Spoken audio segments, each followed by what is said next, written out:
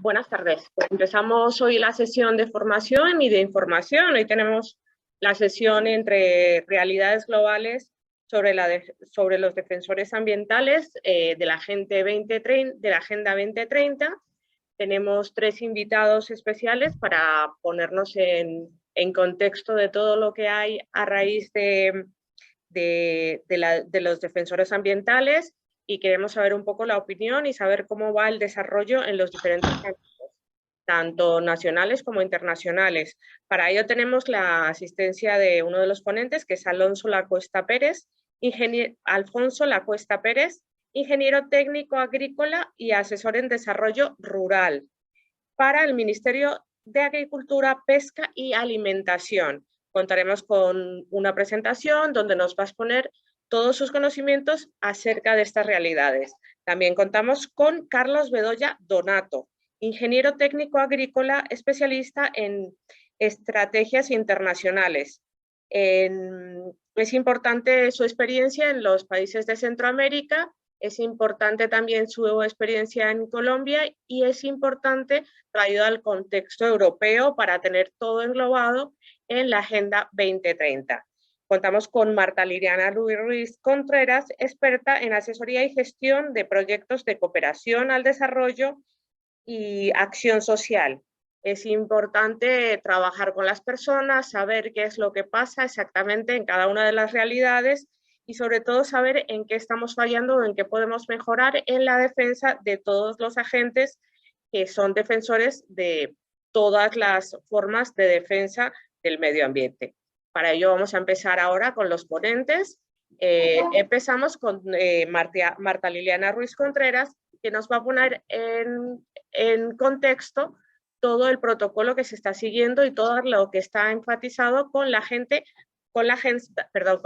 2030, y ahí iremos poco a poco desarrollando todos los temas. Vamos, Marta. Hola, buenas noches a todos los que están presentes y los que están online. Pues nos hace mucha ilusión poder trabajar estas temáticas en estos tiempos. Y bueno, empezamos. Yo voy a compartir un poco lo que es el marco contextual de la Agenda 2030, porque tiene que ver esta temática desde el 2015 con el tema de la globalización, la realidad de los defensores ambientales y cómo ha evolucionado toda esta temática desde la firma del acuerdo global. Quiero que empecemos con un vídeo para entender un poco lo que significa para todos la agenda. A ver, ¿dónde tengo el...? Ya, pero es que no, ¿dónde tengo el vídeo?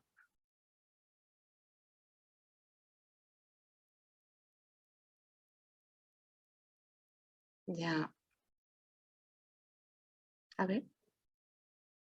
Dime. Acá. Vale. Acá está.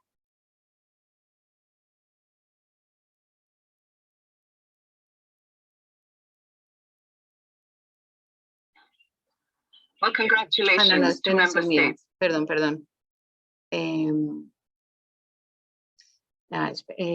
Perdón, que se me ha ido el vídeo. Vale. Acá está.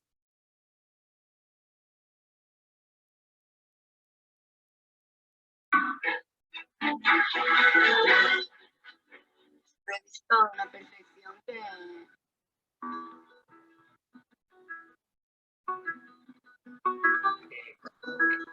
Perdonad, no estáis compartiendo el vídeo, ¿eh?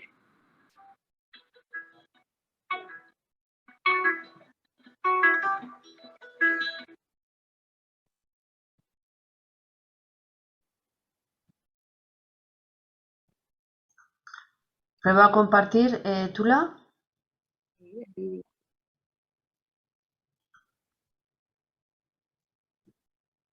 Ahora sí.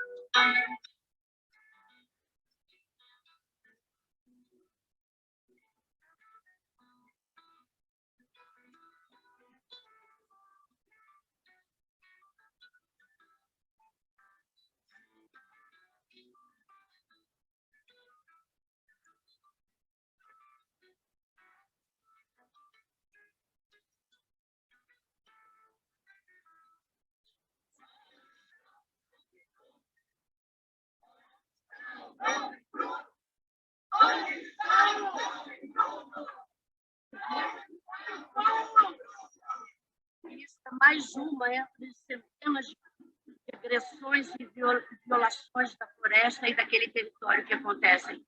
A gente tem que protestar e a gente tem que exigir do governo brasileiro uma explicação para o sumiço desses 2 homens.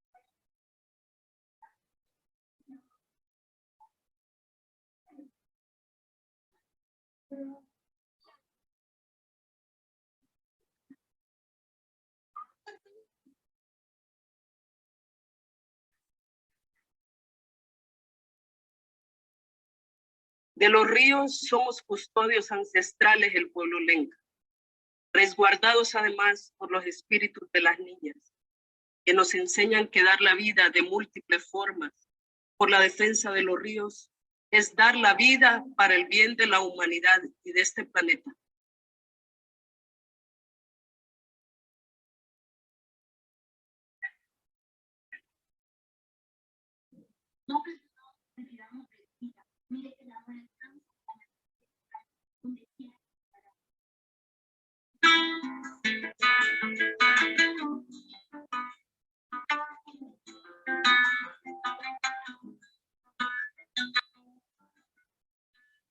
¿Gustaría vivir esta maravilla de la naturaleza? Aquí la tenemos en Ocampo, Michoacán, en el ejido El Rosario, para que vengas a conocerla.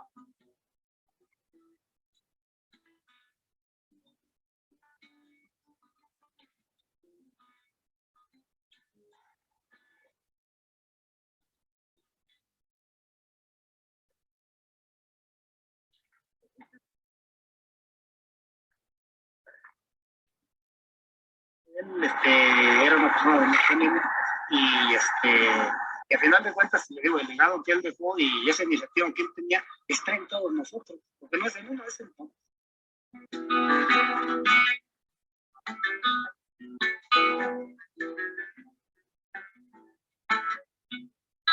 Para nosotros, los tarahumaras, todos los cerros son sagrados, porque en ellos Soguiroame realizan sus ceremonias para curar enfermedades. Todo el bosque, el cielo, el sol, las estrellas,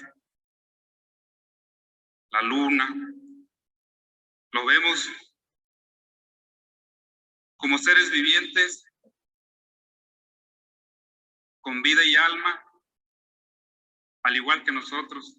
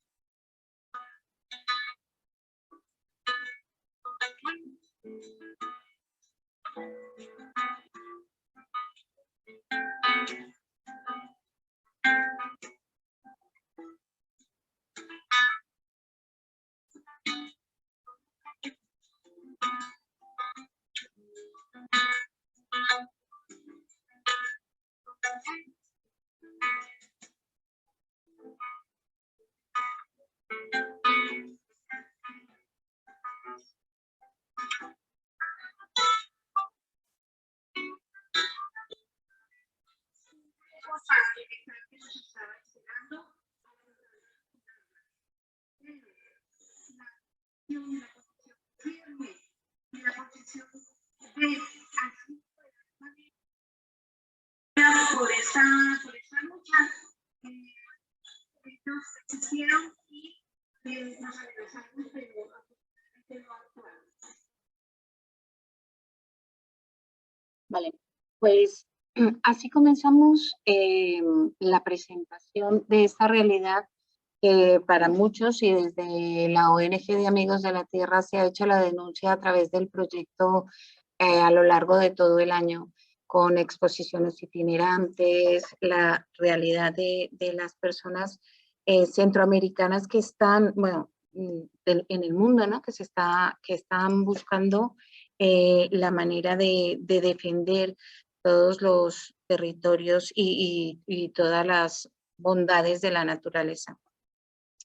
Dentro de este contexto, para nosotros es importante también señalar cómo la Agenda 2030, que es dentro del marco donde estamos compartiendo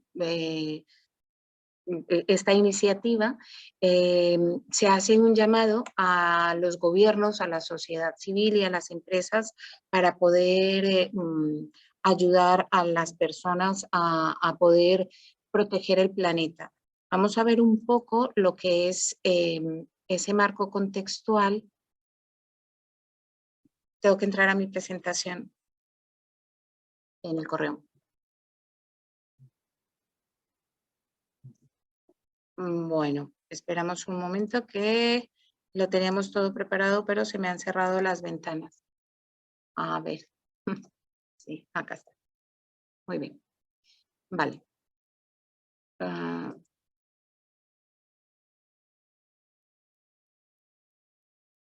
A ver. Ya estamos. Bien.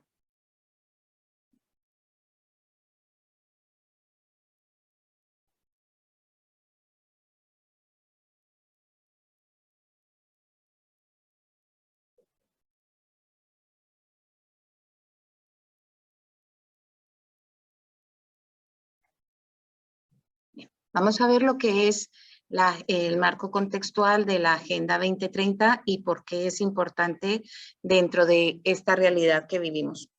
Cuando se gestionaron, cuando se declararon los derechos del hombre, los derechos humanos, pues hubo un derecho en su momento que no se declaró y es el derecho medioambiental dentro de lo que se consideran los derechos humanos. ¿Pero qué es ese derecho medioambiental? Él dice que los seres humanos tienen derecho a disfrutar de condiciones de vida adecuadas en un medio de calidad tal que le permita llevar una vida digna y gozar de bienestar, tener la solemne obligación de proteger y mejorar el medio ambiente para las generaciones presentes y futuras. Esto se dijo en 1972 en la Conferencia de Naciones Unidas del medio humano en Estocolmo. Con base en esto, a través y a raíz de esto, ese principio del derecho medioambiental ha sido un principio supremo que se reconoció en forma de derecho de todas las personas. Todos tenemos derecho a disfrutar de ese medio ambiente de calidad que sea saludable, limpio y que todos también seamos responsables con el medio ambiente. Cuando tenemos un derecho, también adquirimos responsabilidades. Y esto es lo que nos propone este derecho medioambiental, que toma vigencia hace muy poco, en julio del 2022, vuelve a tomar vigencia el derecho de ese derecho humano medioambiental. Vale. ¿Qué más podemos decir de este derecho? Pues igual, muchos sabemos que una de las causas por las que se presentan esa violencia de los defensores medioambientales es porque les quieren coartar su voz, ¿no? Ante la defensa de los derechos humanos. ¿Qué ha pasado con ese derecho, el medio ambiente y ese derecho humano? Pues que con el tema de la Agenda 2030, cuando hablamos de desarrollo sostenible, es uno de los fundamentos. La agenda trabaja 3 ámbitos. el ámbito de la persona, el ámbito económico y el ámbito ambiental. Y dentro de esos 3 ámbitos, pues se está buscando el mantenimiento de la carga de los ecosistemas, se está haciendo un llamamiento a las personas a que ayuden a mantener lo que tenemos para que dentro de la sostenibilidad, yo siempre hago la misma explicación, cuando se habla de sostenible o sostenibilidad es que podemos disfrutar lo que tenemos ahora ayudando o protegiendo para las futuras generaciones. Es parte del proceso del medio ambiente. ¿Por qué? Porque como lo decía antes, la Agenda 2030 trabaja el desarrollo social, el ambiental y el medioambiental. ¿Por qué? Porque tiene conjuntos que sea equitativo. ¿Para quién? Para las personas, para el planeta y para las economías, que sea vivible. No se puede entender una economía progresista sin que haya una sociedad de bienestar. Y no se puede vivir en una sociedad de bienestar si nos hemos cargado el medio ambiente. Entonces, por eso es importante tener en cuenta esos 3 aspectos que resalta la Agenda 2030. Para el 2015, justo cuando se firmó la agenda, se hizo el Acuerdo de París, que fue una de las mayores acciones mundiales contra el cambio climático. ¿Por qué una de las mayores acciones? Y aquí es donde entramos un poco con retrospectiva a ver qué eran los ODM. Cuando se hablaban de los Objetivos de Desarrollo del Milenio, se tenía una perspectiva fija donde los países desarrollados ayudaban a los países en vía de desarrollo. Era lineal entre gobiernos. Al no tener ningún resultado, ningún buen resultado, las investigaciones, los estudios, los grupos de trabajo empezaron a decir, esto tiene que cambiar. Hay una realidad global que la tenemos que cambiar y se llegó a un consenso, se firmó la agenda y se hizo un tratado vinculante. ¿Por qué es un tratado vinculante? Porque había una emergencia igual para todos. Esto no era ni para países pobres, ni para países ricos, ni para países en vías de desarrollo. No, era una realidad global. Entonces, ¿qué se propuso en ese Acuerdo de París? Lo que conocemos todos, que es reducir las emisiones de gas por el efecto invernadero. ¿Qué pasa? Hemos escuchado lo que es el efecto invernadero, el impacto que genera entre las sociedades de diferentes condiciones económicas, y la verdad es que si miramos a día de hoy, después de esa firma y con todo lo que ha sucedido tras la pandemia y las realidades globales, lamentablemente a esta fecha no se ha podido cumplir. En ese momento se proponía revisar el compromiso de los países cada 5 años. Llevamos 7 años de la agenda y desafortunadamente aún no se ha logrado reducir ese efecto invernadero. Pero si bien es cierto, ayer lo comentaba en una sensibilización, en una formación que hacíamos sobre estas realidades, hay algo que sí podemos destacar y es que aunque no se hayan reducido y no se hayan logrado los índices que se propusieron en el 2015, lo que sí se ha logrado es sensibilizar a la población, sensibilizar a los gobiernos, que son los que hacen las normativas y las leyes. Luego están las empresas que a través de esas normativas y esas leyes también están trabajando esas reducciones a nivel global, que es lo interesante de la agenda y era lo que comentábamos ayer. Se logrará, lo que se está logrando es tomar esa conciencia generalizada. Y luego, una parte muy importante que vamos a ver en una de las exposiciones es el crecimiento financiero para los países en vías de desarrollo para que logren mitigar todo ese impacto del cambio climático.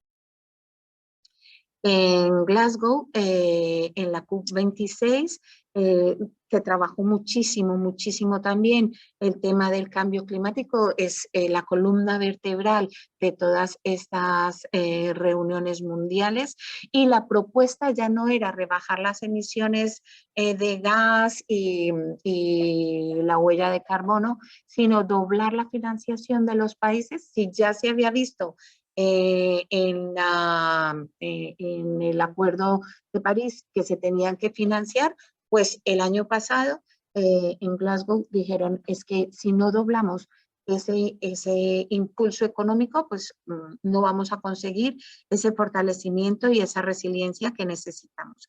Particularmente el año pasado, en Estados Unidos, la ciudad de Nueva York aprobó una enmienda constitucional que garantiza al ciudadano el derecho a un medio ambiente sano. Ya, esta imagen que he puesto acá es porque en Nueva York hay un reloj que lleva la cuenta atrás del desastre del cambio climático. Entonces, lo que quieren hacer ver es que vamos a poner las herramientas para que las personas que conforman la sociedad civil y que estamos disfrutando del planeta, pues lo puedan hacer en un entorno sano. Bueno, más adelante tenemos que a nivel global, el año pasado la ONU declaró el cambio climático y la degradación ambiental hacia las las amenazas más urgentes para el futuro de los seres humanos. O sea, podemos entender que a nivel global, cuando hablamos de globalización, muchas personas van en contra, esto ha empeorado, pero lo que se trabaja y lo que se tiene que hacer ver desde esta realidad de la agenda es que para todos, a manera global, se está sufriendo la misma degradación ambiental y se está sufriendo el mismo impacto climático. Entonces, el llamamiento es mucho más importante. ¿Qué se acordó en julio del 2022? Que luego también lo vamos a ver en un vídeo. Es transmitir el mensaje de que nadie puede quitarnos la naturaleza, ni el aire limpio, ni el agua limpia, ni privarnos de un clima estable, al menos no sin luchar por ello.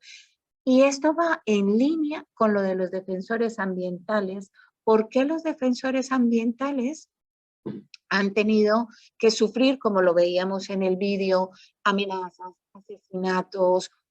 Porque muchos intereses económicos han presionado para que se dañen estos recursos naturales, y los medioambientalistas pues han dicho no, han alzado su voz, ¿no? Y han luchado por ello. Entonces, todo está correlacionado, todo es transversal y es lo que nos propone la agenda. Vale. ¿Qué pasa en Latinoamérica y por qué empezamos con el vídeo y por qué es tan importante? Porque Latinoamérica este año también ha firmado un compromiso, diferentes gobiernos han firmado un compromiso para brindar protección a las personas defensoras del medio ambiente. Los pueblos indígenas que los vimos en el vídeo y que es muy interesante porque nos parece un poco lejano desde este entorno, nos parece lejano imaginarnos una propuesta indigenista para proteger a sus localidades de la tala, de la minería descontrolada, de la explotación petrolífera, porque eso les afecta. Entonces, estos gobiernos latinoamericanos y del Caribe han firmado ese gobierno. Lo que se pregunta a la sociedad civil de estos gobiernos es, ¿realmente esa firma va a llegar a protegernos? Bueno, ahí dejo yo también como esa incógnita, ¿no? Si se viene trabajando desde el 2000 con los Objetivos de Desarrollo del Milenio, se está haciendo un esfuerzo con la Agenda 2030, realmente nos estamos concientizando, sensibilizando y siendo parte de este cambio y de esta transformación social para proteger a las personas, al planeta y las economías. Gracias.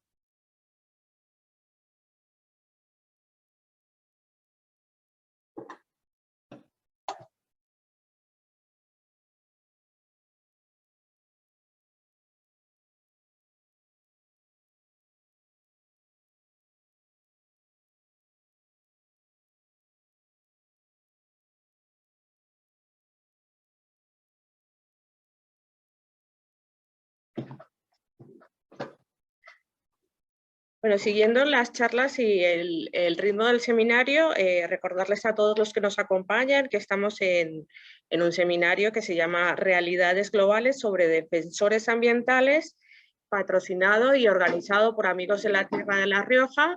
Estamos muy contentos de que nos acompañen. Es importante que no solamente nos quejemos de los problemas ambientales que hay, sino que seamos parte del cambio y sobre todo que estemos informados de las cosas que pasan y de las realidades.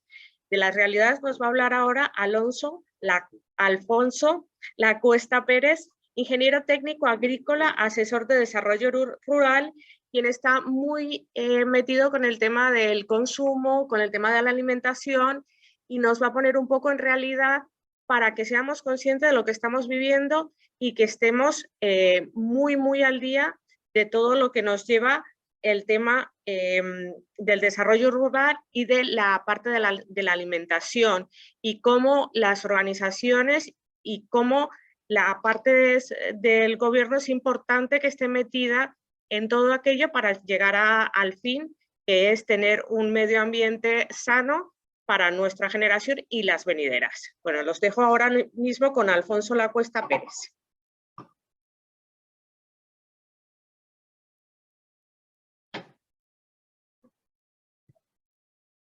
Hola, buenas tardes. Gracias a Tula por dar el marco de estas jornadas.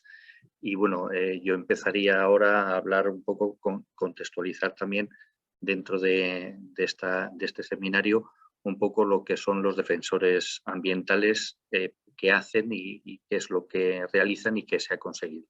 Voy a compartir también pantalla para poder ver la presentación. A ver si no tengo problemas.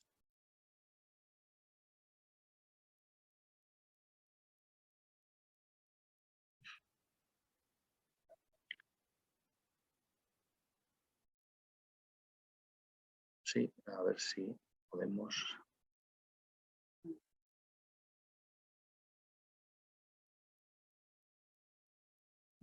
No la veo.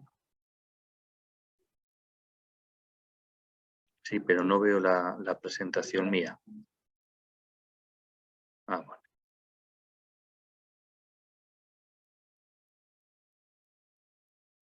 Vale, ahora se ve ya. ¿No?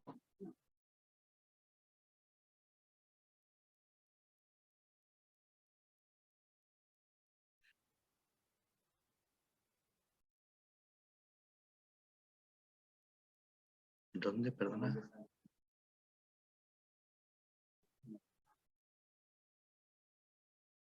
Dejar de compartir.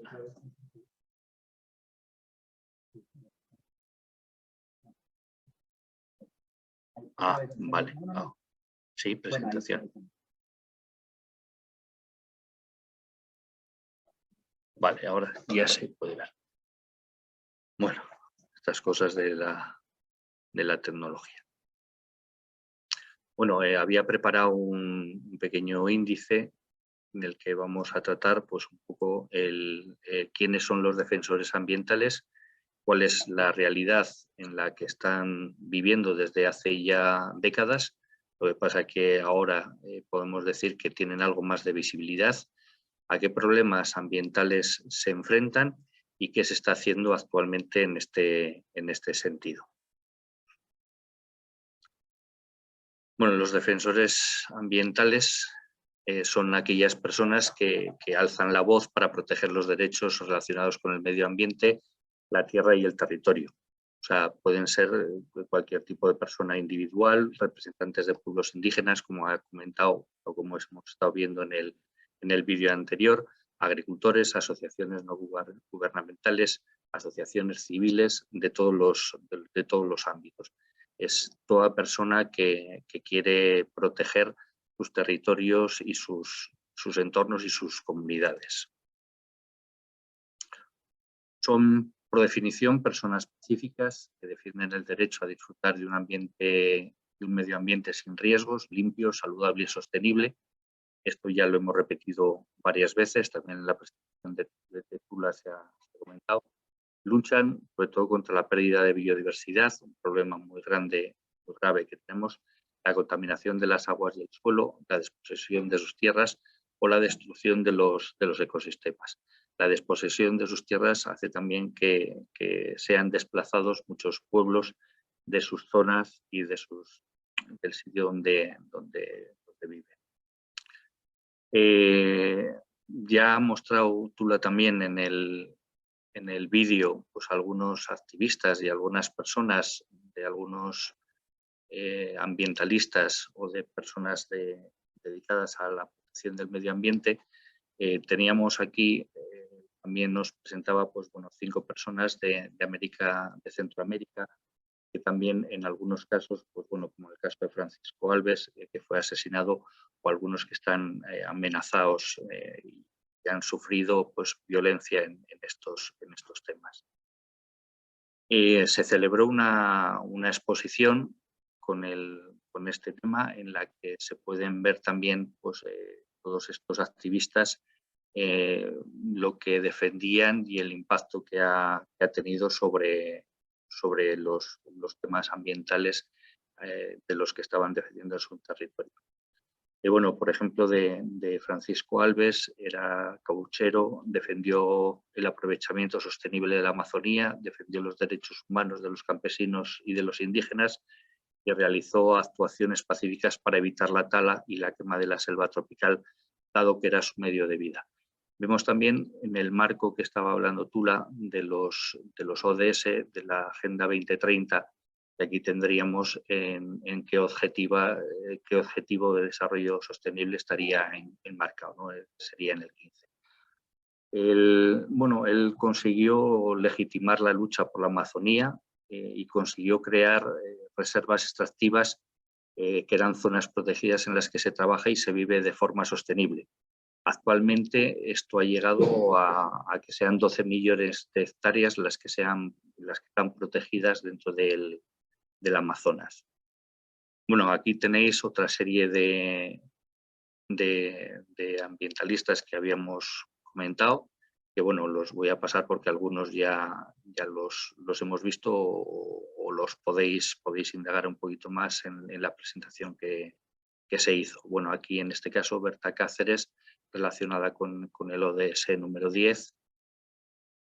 Tenemos Francisca Ramírez, coordinadora del Consejo para la Defensa de la Tierra en Nueva Guinea.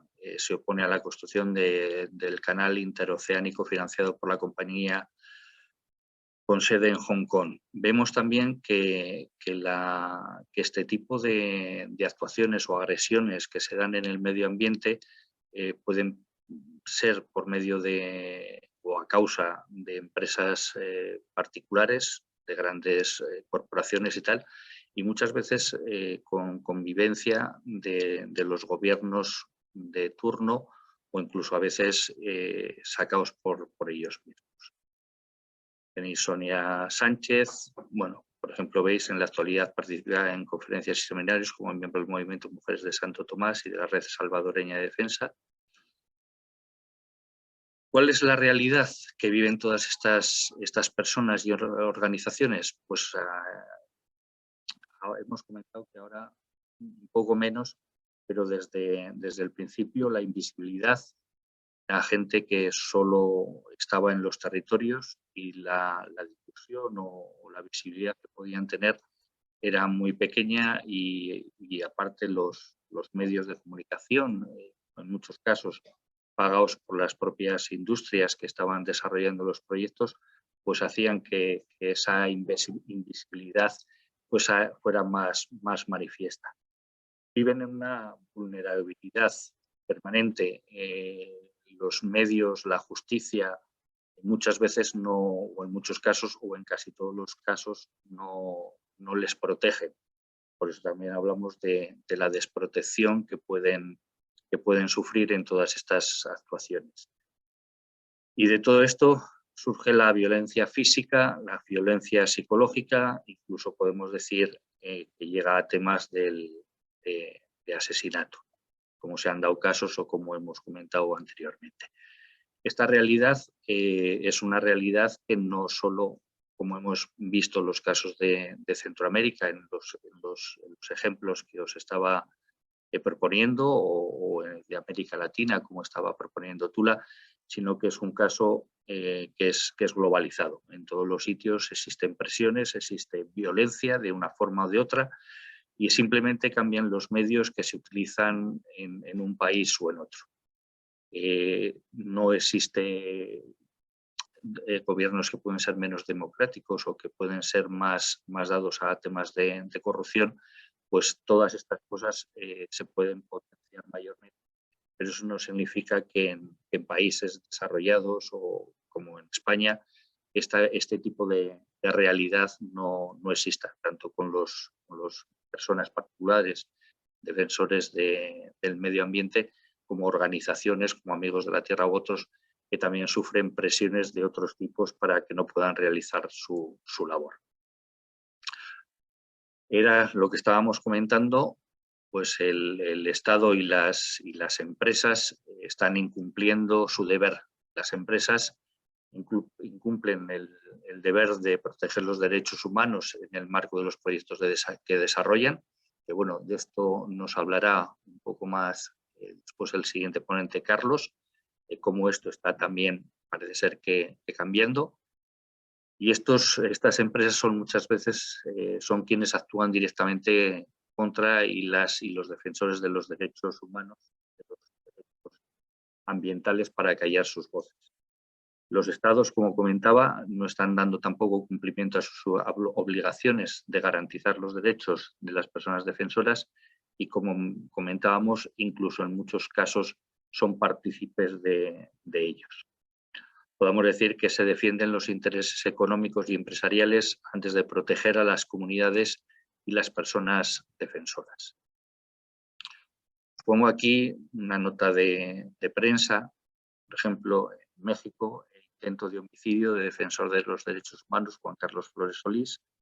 Ya veis que esto no es una cosa que pase antiguamente, o que las cosas, aunque van a mejor, actualmente tenemos casos que son muy sangrantes, ¿no? Esta noticia en 29 del 11 del 2022, o sea, es de reciente, en la que hay una preocupación, en este caso, por un hostigamiento, vigilancia y probable intento de homicidio de un abogado defensor del Frente de Pueblos en Defensa de la Tierra y el Agua. Bueno, pues vemos que esto está ocurriendo hoy en nuestros días también. Vemos aquí que, en relación a lo que comentábamos del tema de los gobiernos, pues en este caso se ve que los movimientos medioambientalistas, no solo en Asia, pero en Asia asustan a los gobiernos. Proteger la tierra, el agua, los bosques o los recursos naturales a veces se paga con la vida. Los activistas medioambientales son señalados, intimidados, agredidos y detenidos en muchos lugares del planeta. También en Asia, donde en los últimos años ha aumentado la presión e incluso son perseguidos como terroristas. Redundando un poco en este tema, podemos decir con datos que más de 1.700 defensores ambientales han sido asesinados en la última década. Estamos hablando de 170 personas al año que defienden el medio ambiente han sido asesinados. Podemos contar por unas decenas de miles los que diariamente también son cohibidos, coaccionados, amenazados, etc. El problema, lo que comentábamos, sobre todo en ciertos... Brasil, Colombia y Filipinas serían los países donde mayor es el número de defensores ambientales que han asesinado. El 68% de los 1.733 asesinatos de líderes ambientales registrados por Global Witness desde 2012 tuvieron lugar en América Latina. La región también siguió siendo la más peligrosa en 2021, con más de 3/4 partes de los asesinatos. Y vemos en todos los casos que detrás de la violencia se encuentra siempre el negocio de las empresas relacionadas con la madera, la minería, los agronegocios y la construcción de presas hidroeléctricas. ¿Cuál es el fondo de la lucha y lo que persiguen estos defensores medioambientales? Aparte de sus propios intereses o de la comunidad donde reside, en el fondo está la crisis climática, la pérdida de la naturaleza llamada biodiversidad y la crisis que tenemos de contaminación. Los defensores de los derechos humanos y ambientales trabajan para proteger sus comunidades y los ecosistemas que son fuente de servicios vitales para todos nosotros. No podemos olvidar que estos derechos ambientales están íntimamente relacionados con los derechos humanos. Un poco más en el aspecto que a mí me incumbe profesionalmente por el tema de la agroindustria o el agronegocio, os traía algunos casos de los que se manifiesta este tipo de acciones, ¿no? Por ejemplo, tenemos el caso del aceite de palma. Ahí tenéis una gráfica donde se puede ver la deforestación que ha sufrido la isla de Borneo y Malasia, en que el aceite de palma fue el responsable del 35% de la pérdida de bosque en la parte como he dicho, de Borneo y la parte de Malasia. Esta deforestación fue causada por las empresas y este gráfico que lo vemos está calculado el área de bosque talada y convertida en plantaciones industriales en el mismo año. Aparte, no solo lo vemos aquí, sino que este modelo de agronegocio, con las presiones medioambientales y las presiones que surgen sobre las comunidades, en muchos casos también comunidades indígenas, se ha desplazado también a los trópicos, en la parte del sur, en América del Sur, en África y en otros sitios.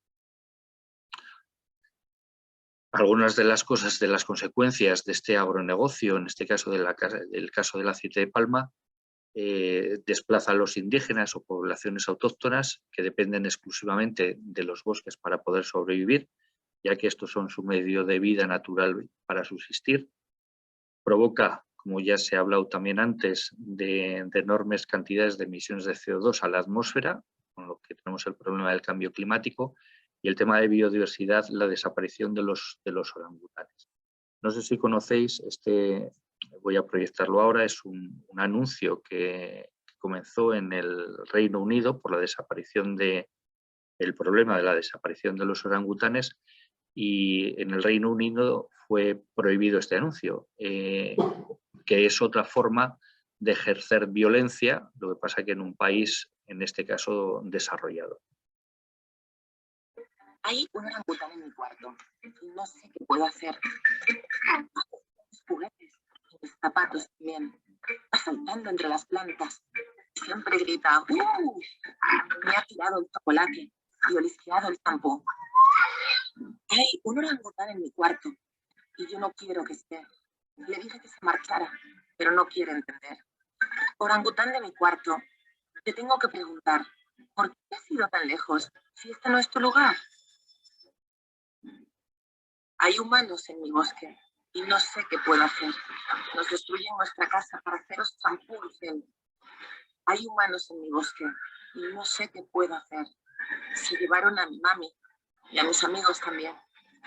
Hay humanos en mi bosque y no sé qué puedo hacer. Buscan aceite de palma y del fuego me escapé. Orangután de mi cuarto, ahora sí sé lo que haré. Eso es una injusticia. ¿Y por qué yo pelearé? Compartiré vuestra historia y más gente juntaré. Orangután de mi cuarto, te lo puedo prometer. El bosque es vuestro derecho. Y allí podréis volver.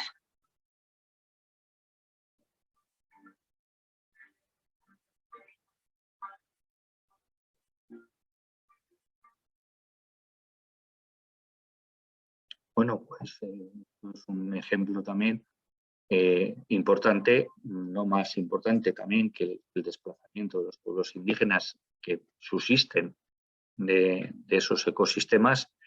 Y lo que comentamos, esto es de Greenpeace, una campaña que se hizo primero en Reino Unido y lo prohibieron.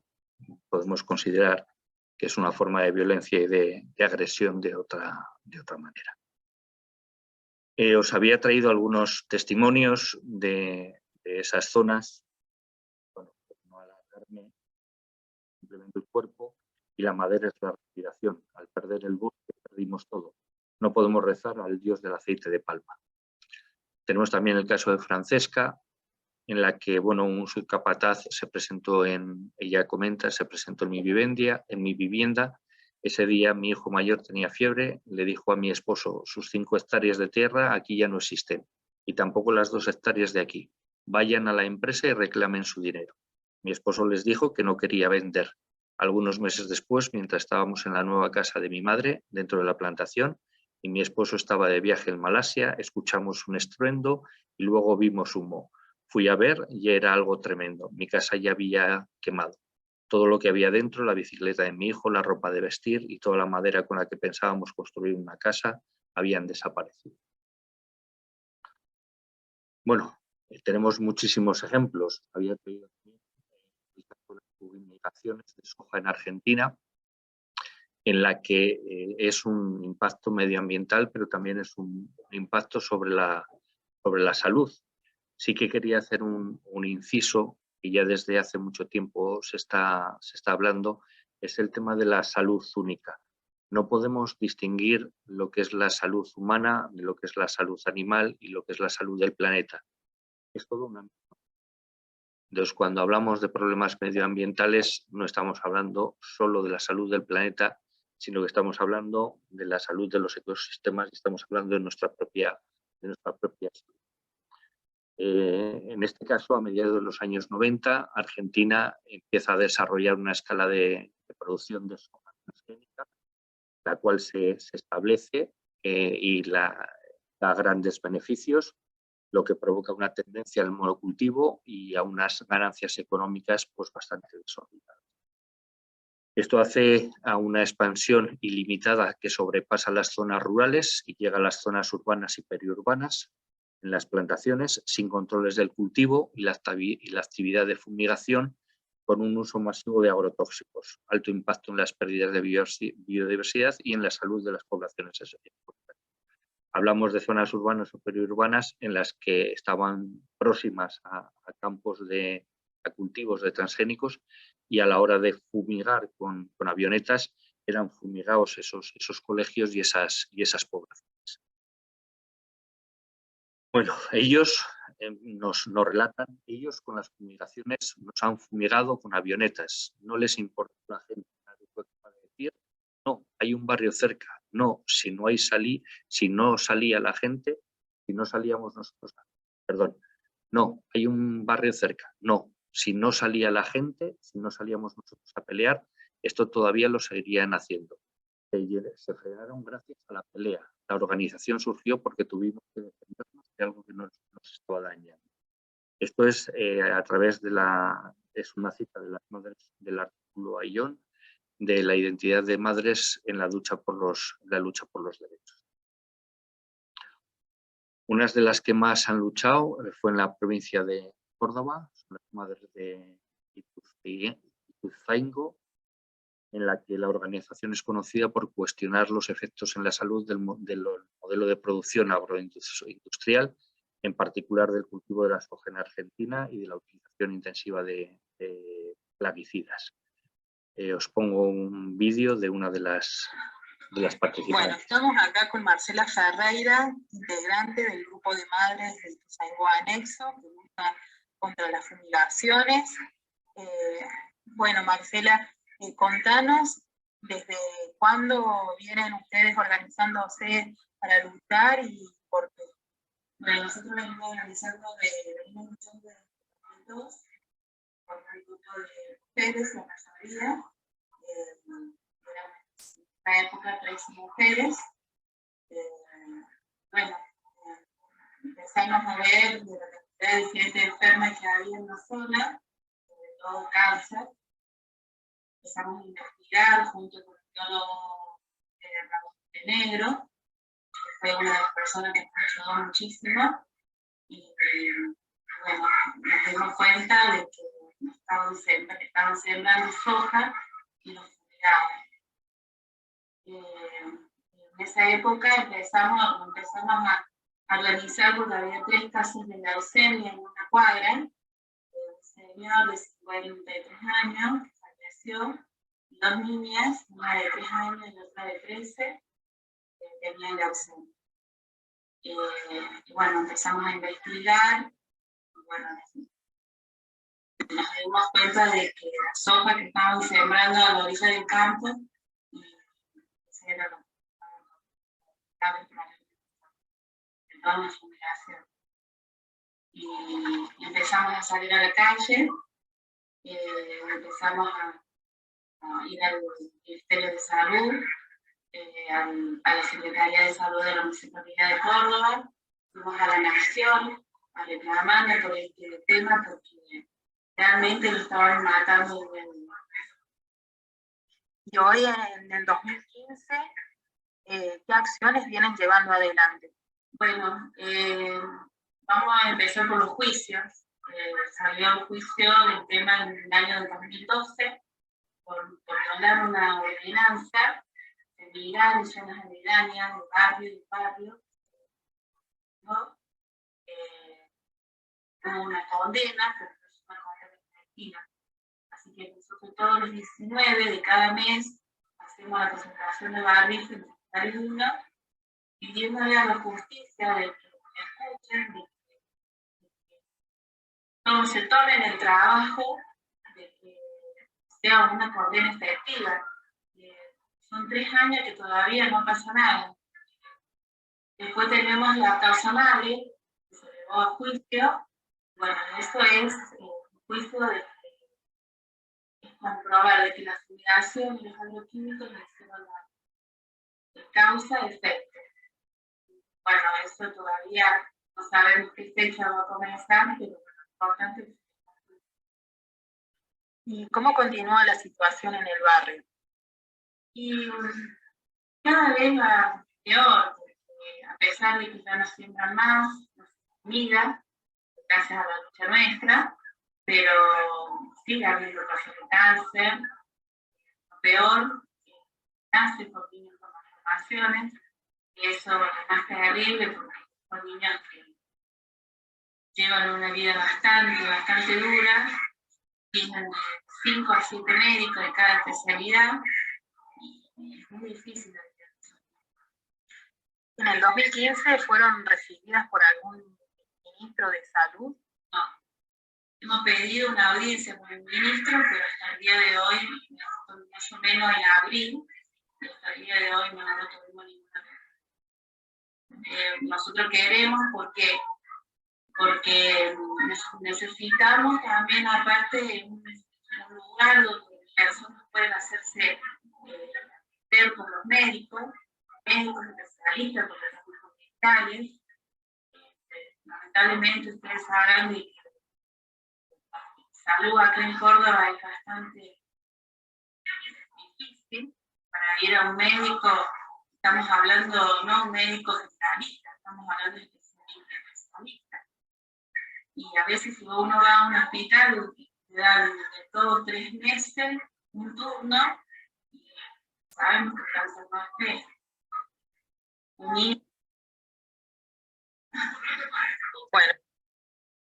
Bueno, por no alargar un poco más el vídeo, pero bueno, ahí vemos también en las declaraciones cómo el gobierno también es partícipe de no dar voz o de no hacer o no escuchar o ser cómplice de un modelo, en este caso de agronegocio, de la agroindustria, del tema de la soja, ¿no?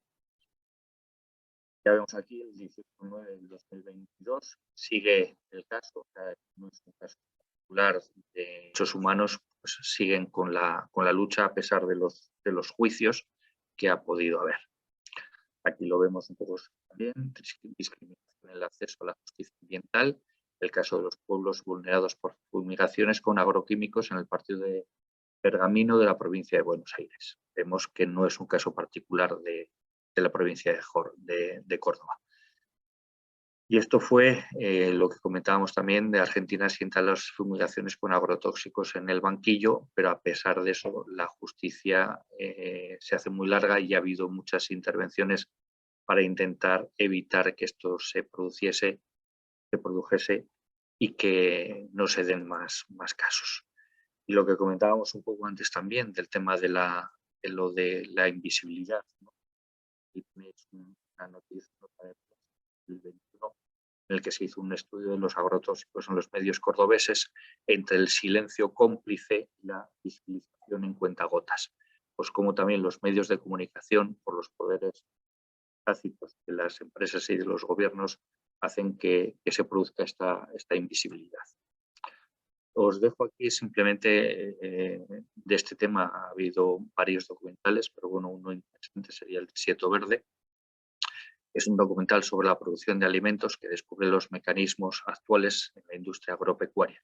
Plantea la necesidad de visibilizar problemas asociados a este negocio, como la deforestación, la desertización de los suelos y la contaminación con agroquímicos. Bueno, os lo dejo ahí como referencia por si queréis verlo. Pero bueno, esto lo que comentábamos no es una cosa que sea de ciertos países o de ciertos entornos, sino que aquí, muy cerca, en este caso en La Rioja, desde donde estamos ahora haciendo el Zoom, pues bueno, también tenemos violencia en los defensores ambientales, ¿no? En este caso, en la persona que lleva la organización de Amigos de la Tierra de La Rioja, pues tuvo unos incidentes y sufre amenazas y presiones, ¿no? Aquí os pongo la cifra que se llevó a juicio. El fiscal mantiene la acusación contra el alcalde de Viguera por utilizar las ruedas. Bueno, el regidor con los hechos y bueno, según el relato que trazó Donaire, se encontró, bueno, Donaire es el representante de coordinador de Amigos de la Tierra en La Rioja, en una zona con canteras de Viguera fue para inspeccionar unos posibles vertidos ilegales. Pues bueno, por intentar o por hacer ese tipo de actuaciones en defensa del medio ambiente, de los ecosistemas, pues sufre presiones y en este caso incluso de representantes de organismos municipales, ¿no? Bueno, aquí tenemos una nota que pasó a Amigos de la Tierra en el que no solo pedía responsabilidades a lo que era el alcalde por el hecho en concreto, sino que también, pues, como cosa corporativa, los mismos partidos o el partido al que pertenecía, pues estuvo arropando y apoyando a esta persona a pesar de la sentencia que se estableció, ¿no? Bueno, ¿qué se está haciendo? Hemos visto un poco quiénes son, qué hacen, qué realidad viven. Se está haciendo algo para protegerles, para ayudarles, bueno, algo hemos ya mencionado Tula en la exposición que había ahí. Tenemos el acuerdo regional sobre el acceso a la información, la participación pública y el acceso a la justicia en asuntos ambientales en América Latina y el Caribe, que es el acuerdo que se llama Escazú. Es un tratado internacional firmado por 25 países de América Latina y el Caribe respecto a protocolos para la protección del medio ambiente. Una de las novedades que introdujo en sus textos son los defensores ambientales. Como ha comentado, en fechas recientes ha habido países Latinoamérica, por ejemplo Chile y algunos más, que se han unido a este acuerdo. El acuerdo de Escazú establece en sus líneas filosóficas estructural que el ambiente es de todos y no solamente de algunos sectores o grupos, como estamos viendo. Establece la importancia de facilitar el acceso a la información ambiental y con respecto a los defensores, en su artículo 9, exige a los Estados partes propiciar un entorno seguro a personas, grupos y organizaciones que promueven y defienden los derechos humanos en asuntos ambientales para que puedan actuar sin amenazas, restricciones e inseguridad. Gracias a esta labor desinteresada de todos ellos, hoy tenemos el derecho a un acceso a un medio ambiente limpio y saludable. Esto lo hemos reflejado en la Asamblea General de la ONU, declarada que el acceso a un medio ambiente limpio y saludable es un derecho humano universal, que ha sido aprobado ahora en julio de 2022.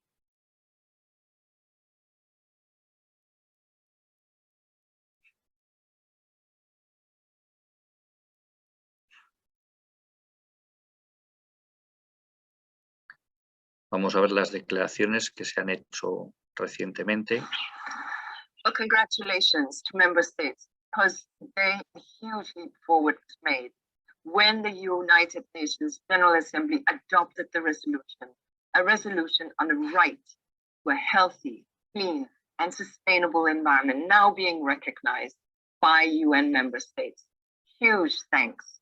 Thanks to member states and countries, to civil societies, to youth, to indigenous groups, to lawyers, to activists, and to businesses that have stood up for this. You've advocated, you've been active, and today this is a right recognized by the United Nations General Assembly. We've waited a long time for this, but this demonstrates that there is now solidarity with billions of people who are feeling the weight of the triple planetary crisis, the crisis of climate change, the crisis of nature loss, and the crisis of pollution. The United Nations General Assembly has truly made history. This resolution triggers environmental action. It provides safeguards. It helps people who have the right to stand up, to insist on having access to breathe clean air, access to safe and clean water, to healthy food, healthy ecosystems, non-toxic environments in which to live, to work, to study, and to play. No one can take nature or clean air or clean water or a stable climate away from us, not without a fight. So now is the time to press the accelerator, to make that right a reality.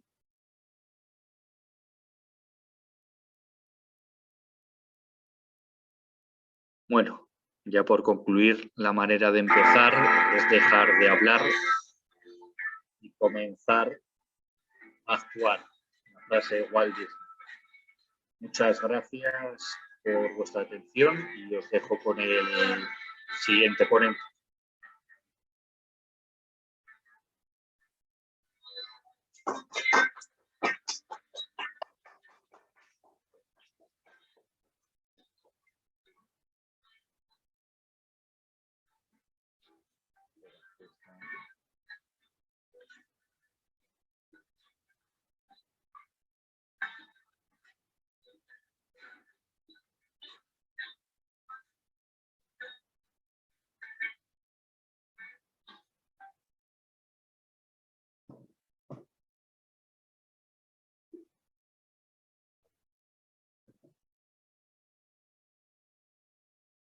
Vamos ahora con nuestro siguiente ponente. Se trata de Carlos Bedoya Donato, ingeniero medioambiental, quien es experto en estándares internacionales. Él nos va a poner un poco en contexto cómo se han unificado y cuáles son las medidas que se llevan a cabo según los estándares internacionales para que tengamos una visión general de cómo se aplican los diferentes métodos en cada zona.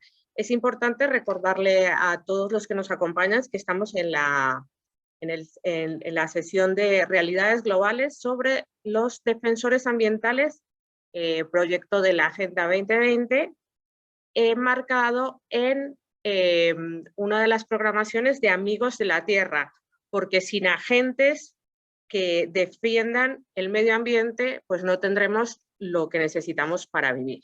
Así que los dejo ahora con Carlos Bedoya Donato, que nos va a poner en contexto sobre todo sus experiencias en la parte de Centroamérica y nos va a contar cómo son los márgenes internacionales ahora mismo.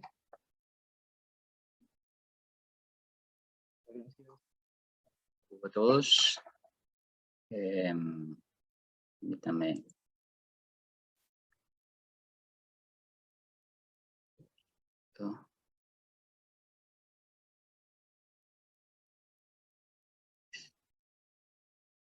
Bueno, pues gracias por las anteriores exposiciones que finalmente nos llevan a que, primero, hay una realidad complicada para los defensores del medio ambiente, pero no están solos, y hay entidades, hay instituciones que los quieren apoyar.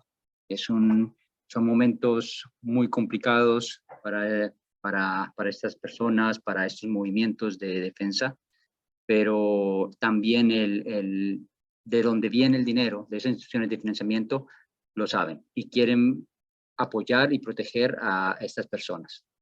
Es por esto que se han creado unas reglas claras para esos proyectos a los cuales quieren acceder a un financiamiento. Hay proyectos que alrededor del mundo, especialmente en el área de esos países en vías de desarrollo, que para poder desarrollar esos proyectos no tienen la capacidad autónoma para realizar esos proyectos y tienen que ir a pedir dinero.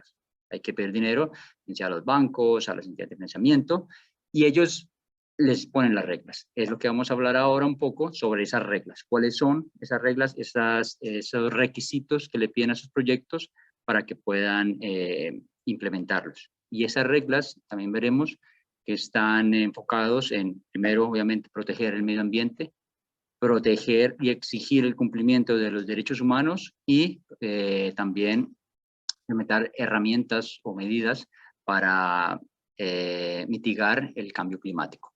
Entonces, en ese sentido, por favor, voy a proyectar, creo que están viendo mi pantalla. Sí, viendo. Tenemos que esos estándares internacionales, primero, están permitiendo que se reactive económicamente. Ahora acabamos de pasar por un periodo de una pandemia que golpeó fuertemente la economía de los países y las regiones en vía de desarrollo, y estas entidades quieren promover esos proyectos mediante políticas de inversión. Hay políticas de inversión que quieren implementar en todos esos países para que puedan desarrollar esos proyectos, pero siempre promoviendo el desarrollo sostenible en sus tres pilares. Tenemos el económico, el medio ambiente y el social. Sabemos que ahí tiene que haber una relación entre estos tres aspectos para que tengamos ese desarrollo sostenible. La principal idea de esto es poder aportar esa visión de estándar internacional que generalmente va más allá de la normativa local. Esto es importante, la normativa local establece algo, pero esos estándares son unas reglas para todos esos países que van más allá de la normativa local. Y además quiere apoyar y darle una voz a esos defensores del medio ambiente y a esos promotores de la protección. Entonces, dentro de esas reglas tenemos cómo se evalúa que los derechos humanos se cumplan, por ejemplo. Todos los derechos humanos se cumplan, que el medio ambiente sea para todos, no solamente para el área del proyecto, sino las comunidades alrededor de los proyectos también hayan medidas hayan unas condiciones adecuadas de medio ambiente. También dentro de estos proyectos hay unas estrategias para llegar a los pequeños proyectos también, no solamente a megaproyectos donde requieren mucha inversión, sino también a pequeños proyectos. ¿Cómo funcionaría esto? Le prestan o le invierten en grandes proyectos que tienen su objetivo llegar a los pequeños promotores. Entonces, digamos que no quiere desamparar a los pequeños proyectos. Como decía, se exige de esa manera el respeto a los derechos humanos en el desarrollo de los proyectos. ¿Y cómo se hace eso? Se hacen primero evaluaciones de que este proyecto va a respetar los derechos humanos de las personas que estén involucradas, de las comunidades alrededor de los proyectos, y se hace una debida diligencia de esas condiciones y que no se haya una violación de los derechos humanos. Pero también se hace un énfasis en los aspectos como el trabajo infantil y el trabajo forzado, que esté prohibido ese tipo de actividades. Es importante entender que esas reglas están principalmente enfocadas para los países que estén fuera de la OCDE, que es la Organización para la Cooperación y el Desarrollo Económico. Países que estén fuera de eso, de esos países, son los que pueden llegar a acceder a estos cursos y que tienen que cumplir estas normas. ¿Por qué esto? Porque se asume que aquellos países que están dentro de la OCDE, por ejemplo, España es miembro de la OCDE, ya tienen una normativa robusta para hacerlo. Sin embargo, hay proyectos que, de acuerdo a la vulnerabilidad que puedan tener, se exigen de igual manera que cumpla con estas reglas. ¿Cuáles son estas reglas? Vamos a ver cuáles son estas reglas. Digamos que vamos a ir de manera general a lo más particular. Las primeras son los principios del Ecuador. Los principios del Ecuador son 10 principios. Vamos a ver más o menos cuáles son a nivel general, y dentro de esos principios del Ecuador hay uno que nos va a llevar a las normas de desempeño del IFC. Las normas de desempeño del IFC nos llevará luego a las guías sectoriales. ¿Quiénes son los principios del Ecuador? ¿Qué son los principios del Ecuador? Pues bueno, son en el año 2000 algo, 2002, 2003, unas instituciones financieras dijeron, ok, vamos a prestar e invertir en ciertos proyectos siempre y cuando se cumplan nuestras reglas, nuestros principios. Actualmente hay aproximadamente 110 instituciones financieras, dentro de esas bancos españoles, bancos de otros países desarrollados, que dijeron, ok, nosotros nos vamos a hacer miembro de estos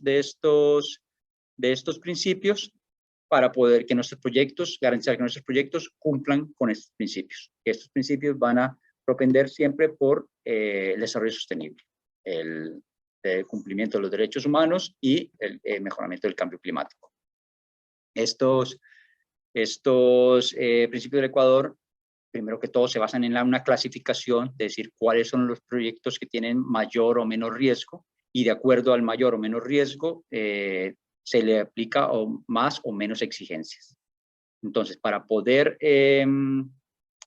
un prestatario, para poder tener acceso a esos recursos, pues tendrá que cumplir primero con las leyes de ese país, la normativa nacional, y los requerimientos y políticas del Banco Mundial y del IFC.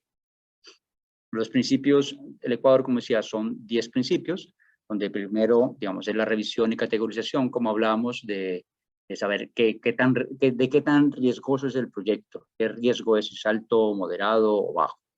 Luego hay que hacer una evaluación social y ambiental, que esto incluye los impactos los estudios de impacto ambiental, las diligencias de derechos humanos y las evaluaciones de cambio climático. Esto es un aspecto importante que fue resaltado en la última actualización de los principios del Ecuador. Fue resaltado esos dos aspectos, los derechos humanos y el cambio climático. Además de que los estudios de impacto ambiental son evaluados, bien sea, ya son aprobados, digámoslo, en su primera instancia por la normativa nacional, pero luego son evaluados por entes internos y pueden tener más o menos exigencias. Importante también entender que un proyecto que pueda ser categoría A y no pasa esa evaluación interna, pues no es financiado. Simplemente no pasa y no es financiado porque no está cumpliendo. De esa manera permite que si son proyectos que no garantizan el cumplimiento de todos los requisitos, pues no se lleven a cabo, lo cual garantiza, digamos, que podamos cumplir con todo lo que hemos venido hablando de defensa del medio ambiente. Tiene también una parte importante que es el sistema de gestión. Los sistemas de gestión permiten de una manera estructurada identificar impactos y mitigarlos. Luego, tiene una parte importante que es la consulta y divulgación, lo que permite darle voz a las comunidades que tengan, en las que el proyecto tenga alguna influencia. Entonces, eso les permite escuchar a esas comunidades, decir, se puede o no se puede, qué riesgos identifican la comunidad. Y he tenido experiencia en proyectos en Panamá, principalmente, donde han sido detenidos los proyectos, porque al escucharlos se dieron cuenta de que habían riesgos y impactos que no estaban siendo mitigados. Y bien sea se detiene el proyecto o hasta que se mejore o definitivamente. En el caso en que tuve la oportunidad de trabajar, era un proyecto en el que se detuvo temporalmente hasta que se arreglaron esas condiciones de seguridad para la comunidad. También es muy activo en el principio número 6 el tema de quejas y reclamos, tanto de la comunidad como de trabajadores, pero principalmente de la comunidad. Entonces, nuevamente, abre puertas de comunicación para que las comunidades y cualquier afectado pueda escucharlos. Y no son voces que quedan apagadas en el promotor del proyecto. Estas voces quedan directamente a aquel que financia. Y también he tenido oportunidad de trabajar en un proyecto donde se escucha, se detiene y se evalúan los proyectos hasta que no cumplan con las exigencias o con los requerimientos que pueden estar solicitando.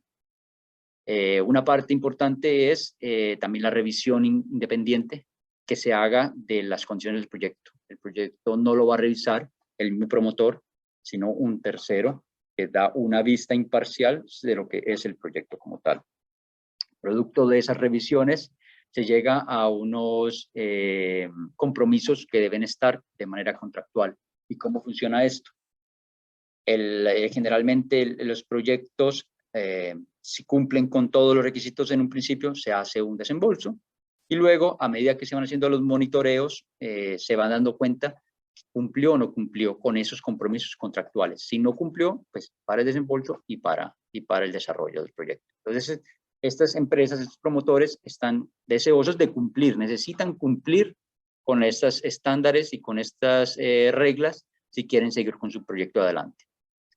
Es lo que va precisamente ligado al principio número 9, que es el seguimiento independiente, a ese monitoreo que se hace. Tiene nuevamente un tercero independiente, que puede ser el primero que hizo la revisión u otro, y ve cómo se está cumpliendo el proyecto, de que se esté cumpliendo de acuerdo a los compromisos y a los principios establecidos. Y se generan luego informes. Estas entidades signatarias de los principios del Ecuador deben generar informes que son de uso público. Importante también notar que el principio número 3 es aquel donde nos lleva primero a cumplir las normas nacionales y luego a cumplir las normas de desempeño que ha generado el IFC. El IFC es una sección del Banco Mundial. El Banco Mundial es entidad que generalmente apoya proyectos del sector público y el IFC es la que apoya a proyectos del sector privado público. Ahora, últimamente se están haciendo muchos proyectos en los cuales se asocia digamos que el gobierno con un promotor privado, pero todos deben cumplir con las normas de desempeño del IFC. Entonces, esa entidad fue creada desde el 56 y ha venido evolucionando, primero creando sus normas de desempeño en 1986 y luego en las últimas versiones hasta el 2016. Es un proceso que ha venido evolucionando, creando e implementando. Está conformado, digamos, entidades o países que tienen que ver, por 184 países que tienen que ver con esa generación de esas reglas, con esos aportes, y opera en más de 100 países en vías de desarrollo principalmente. Vamos a ver cuáles son estas normas de desempeño y que son, digamos, tienen mucha similitud con los principios del Ecuador y que siempre, como he dicho, van más allá de lo que pide la normativa nacional. Entonces, la primera norma es relacionada con la evaluación y gestión de los riesgos e impactos ambientales y sociales. Es aquí nuevamente donde entra la evaluación, un estudio de impacto ambiental que debe estar hecho primero para cumplir con la norma nacional y luego para cumplir las normas de desempeño, que generalmente son más exigentes que lo que pide la normativa nacional en los países en vías de desarrollo. Entonces, se evalúan, se tienen en cuenta, se exige generalmente estudios complementarios, generalmente en temas de biodiversidad, en temas de cambio climático, en temas de derechos humanos. se complementan esas evaluaciones, que deben ser robustas y que deben satisfacer los requerimientos establecidos. Luego tenemos la norma de desempeño número 2, que está relacionada con el trabajo y las condiciones laborales, sobre todo, primero, que las condiciones de los trabajadores que están en esos proyectos sean las adecuadas contractualmente, reciban los salarios adecuados, que tengan las condiciones de salud y seguridad adecuadas también para desarrollar los proyectos en las mejores condiciones. Ahí también es donde entran las políticas de recursos humanos, las políticas de prohibición de trabajo infantil, prohibición de trabajo forzoso. Pues ahí es donde entran todas esas políticas que tienen que ver con la mano de obra. Aquí también se exigen cuotas de mano de obra local y permitir que las condiciones sean las mejores para sus trabajadores. Luego la norma de desempeño número 3 está relacionada con la eficiencia de los usos, del uso de los recursos y la prevención de la contaminación. Es aquí donde entran todas esas medidas diseñadas para prevenir la contaminación, para mitigar los impactos que puedan tener un proyecto y en el último caso, compensación. Todo esto vigilado bajo el ojo de estas entidades que tienen estas normas establecidas y que en el caso de no cumplimiento, pues pueden parar un proyecto o pueden parar un desembolso. La norma de desempeño número 4 está enfocada específicamente a la salud y seguridad de la comunidad, a que las condiciones de desarrollo del proyecto, tanto en la construcción como en la operación, no impacten la salud y seguridad de la comunidad. Como vimos en las anteriores exposiciones, los proyectos en su desarrollo impactan comunidades, impactan si no tienen unas medidas adecuadas, si no implementan las medidas de prevención suficientes para evitar, o si no lo hacen, simplemente hay acciones que no deben realizar, y esta norma de desempeño precisamente trata de eso, de verificar que no se haga ninguna actividad que pueda impactar a la comunidad. Otro tema muy importante es el de la adquisición de tierras, que también es un tema que ha generado muchos conflictos, que es en el momento de desarrollar un proyecto en un área donde hay ya una comunidad establecida o donde puede haber una comunidad que haga uso de esa tierra, pues que no se haga. Si se hace y si es de acuerdo a un pacto voluntario, pues que sean remunerados adecuadamente, que no haya desproporcionalidades en la remuneración cuando se haga una adquisición de una tierra, y asimismo que haya una restitución de medios de subsistencia. Sí.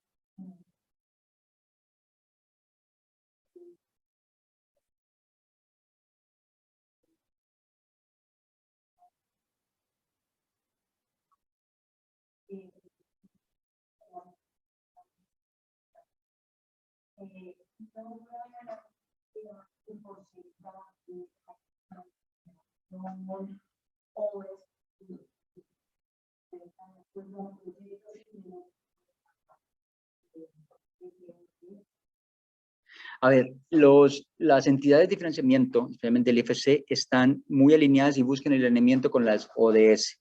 Y además, de hecho, entre la norma de desempeño número 2 y la 4, se busca la equidad de género y que haya la mayor intervención y proporcionar las mayores oportunidades a las mujeres en la contratación. Eso va sobre todo en la norma de desempeño número 2, y en el número 4 y número 5, y también en el número 6 y 7, bueno, en varias, que se escucha cuando se hagan, por ejemplo, reuniones de consulta, se haga un anuncio especial para que las mujeres participen. A ver, hay proyectos que suceden en países donde culturalmente, normativamente, la mujer no puede hacer muchas cosas, pero esos proyectos exigen que se les dé la oportunidad. Si digamos que si culturalmente exige eso y hay ese ambiente, pues entonces se tienen que hacer reuniones específicas para mujeres, pero tiene que hacerse reuniones.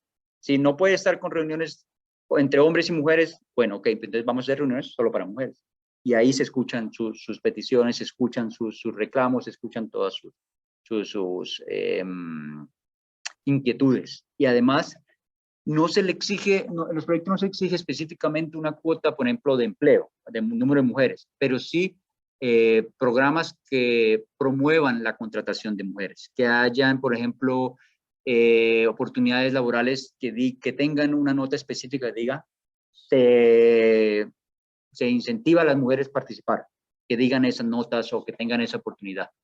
Pero eso es una de las cosas que, por ejemplo, el IFES está promoviendo mucho, que en los proyectos se le dé la oportunidad y haya una igualdad, y que haya una oportunidad inclusive mayor para las mujeres a la participación en tanto en el proyecto como de ser escuchadas. Eso sí está sucediendo. ¿Sí? Bueno. La norma de desempeño número 6 está relacionada con el manejo de la biodiversidad en general, que se promueva la conservación de la biodiversidad, y es muy específico porque solo es una norma de desempeño creada para esto, porque la mayoría de los proyectos tienen algún impacto en la biodiversidad. En la biodiversidad hay de alguna manera un impacto, pero primero se solicita que se estudie, que se evalúe y luego que se propongan medidas de compensación que se pueden hacer. O primero que se eviten, si se puede evitar que se haya un impacto, y luego si es el último recurso es ese, pues que sea compensado. Luego tenemos la norma de desempeño número 7, que es de pueblos indígenas. Entonces tenemos una norma solo para los temas de pueblos indígenas y que tengan la oportunidad de ser consultados de una manera previa e informada y que puedan establecer sus inquietudes y que sean respetadas sus inquietudes, que va un poco también de la mano de la norma de desempeño número 8 de patrimonio cultural, que están muchas veces ligados una con la otra, porque ese patrimonio cultural a veces depende de pueblos indígenas o no. Puede que sí, puede que no sean, no necesariamente son ligados, pero sí hay muchos casos en los que son relacionados. Por ejemplo, un proyecto en México importante, que era un gasoducto, se tuvo que hacer una consulta, se tuvo que discutir con los pueblos indígenas que no hacían uso, del área donde se iba a construir el gasoducto, pero sí era parte de sus rutas migratorias. Eso también se tuvo que considerar, que era parte de sus rutas migratorias, tuvo que ser informados de que por el periodo en el que se estaba la construcción, pues iban a haber unos riesgos para ellos al cruzar en esas áreas donde iban a haber una zanja, donde iban a construir un gasoducto. Entonces, se tuvo que hacer ese trabajo previamente.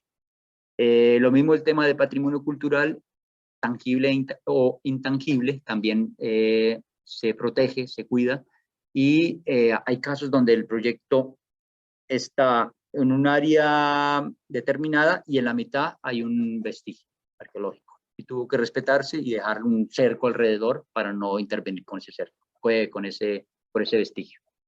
Entonces, en general, si nos damos cuenta, gran parte de estas normas de desempeño están relacionadas con el aspecto social.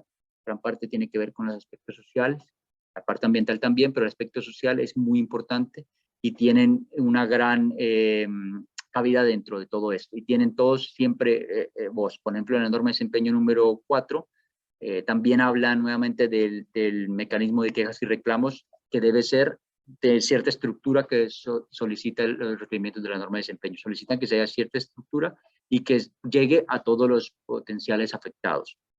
También que se haga una evaluación de personas vulnerables. Se debe evaluar dentro de las comunidades si hay personas vulnerables y estrategias para llegar a esas personas y no vulnerar ninguno de sus derechos.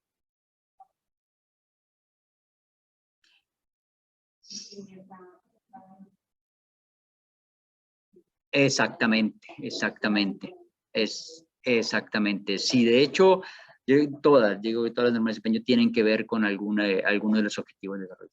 Alguno tiene que ver de alguna manera y buscan estar conectados entre sí, precisamente. Entonces, en general, temas transversales, como estamos hablando, pues tenemos de la biodiversidad, de los ecosistemas en general, el uso del agua, que de hecho es una norma de desempeño número 3, en la eficiencia del uso de los recursos, pues busca que se haga un uso eficiente del agua y de la energía, y que se prevenga, por ejemplo, la contaminación de suelos, de aguas subterráneas, aguas superficiales. Y entonces trata de ver precisamente con todo esto. La salud y seguridad, tanto de los trabajadores como la comunidad, es lo que hemos hablado de los mecanismos de quejas y reclamos, de los actores sociales y de su participación, que es digamos, es clave dentro del desarrollo de los proyectos que tengan esa voz, nuevamente, como decía, tengan esa voz, y que se ha identificado a aquellos actores también que tengan un cierto grado de vulnerabilidad. Tenga también en cuenta las cuestiones de género, de equidad de género, y también de prevención de violencia con base en género. Y que sean los proyectos también, hay un consenso en el desarrollo de los proyectos. Para ir más a ahondar más en estos requisitos, hay más información sobre esto que es muy específica y que guía en cómo evaluar los proyectos y qué son los requisitos que deben cumplir, que son las guías generales sobre medio ambiente, salud y seguridad del IFC y del Banco Mundial, las guías también específicas sectoriales. Por ejemplo, hay proyectos, los proyectos de minería, los proyectos de petróleo y gas, proyectos de infraestructura, tienen guías específicas que permiten ver cada uno de esos detalles que deben ser revisados dentro del proyecto. En general, esto es más o menos las reglas que tenemos, y bueno, ha sido un gusto estar con ustedes.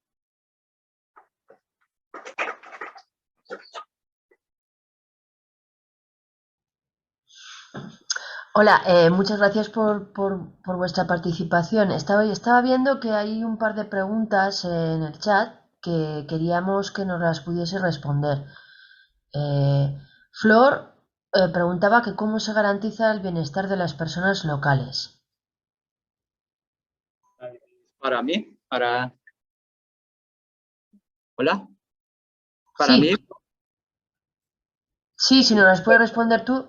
Sí, gracias. Mira, en el caso de esos tipos de proyectos que son, digamos, financiados por esas instituciones, los mecanismos, como les comentaba, de quejas y reclamos permiten escuchar esas afectaciones que puede haber en personas específicas. Y al escucharlo y al tomarlo en cuenta, las entidades pueden decidir si paran el proyecto o si continúa el proyecto. Pero además de eso, hay unas instituciones paralelas al IFC que son miembros del Banco Mundial, que revisan de una manera independiente que el proyecto que está financiando haya sido adecuadamente. Además del consultor, es que hay varios ojos encima, que si llega una queja, un reclamo, una afectación a personas, pues entran inmediatamente en el foco de todas esas entidades, además de los consultores independientes, además del mismo IFC, ellos están en ojos. Y si digamos que hay una afectación, primero, debe evaluarse cuál es la afectación. Segundo, si es necesario mitigarla, compensarla o la medida que aplique, se aplicará, o en última instancia también el proyecto puede ser suspendido o cancelado definitivamente. Y hay ejemplos de proyectos que ha sucedido donde se ha vulnerado, digamos, los derechos de ciertas personas y han parado el proyecto o han tenido que ser compensados o han tenido que tomar alguna medida. Muchas gracias.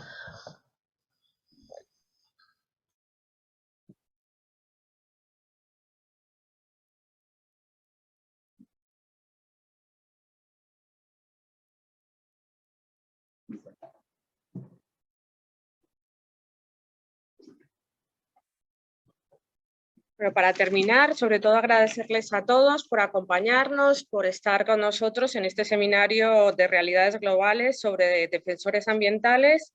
Agradecer a Amigos de la Tierra que permite estos espacios para discutir, para hablar, para conocer realidades y sobre todo para tener en cuenta que no son personas individuales o apartadas, son personas que están velando por algo que nos atañe a todos, que nos afecta a todos y el bienestar es importante para todos, así que sigamos trabajando por ello.